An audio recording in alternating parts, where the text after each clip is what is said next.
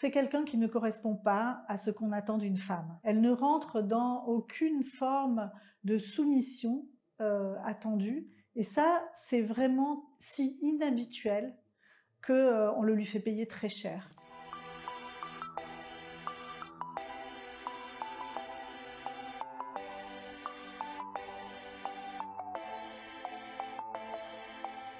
Elle est née en 1920.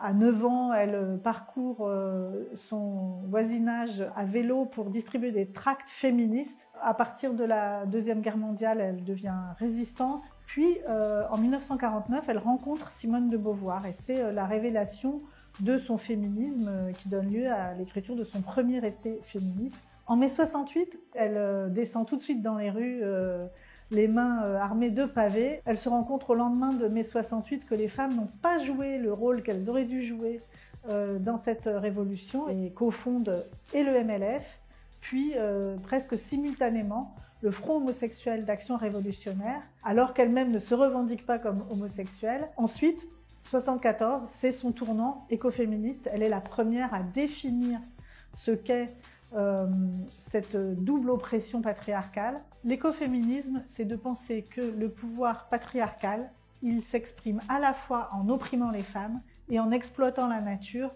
et en dégradant l'environnement. Que ce patriarcat, il a une logique suicidaire par sa volonté de soumettre et surexploiter absolument tout et de chosifier absolument tout. Et ça, c'est une pensée vraiment très novatrice pour l'époque, qui n'est pas tout à fait comprise.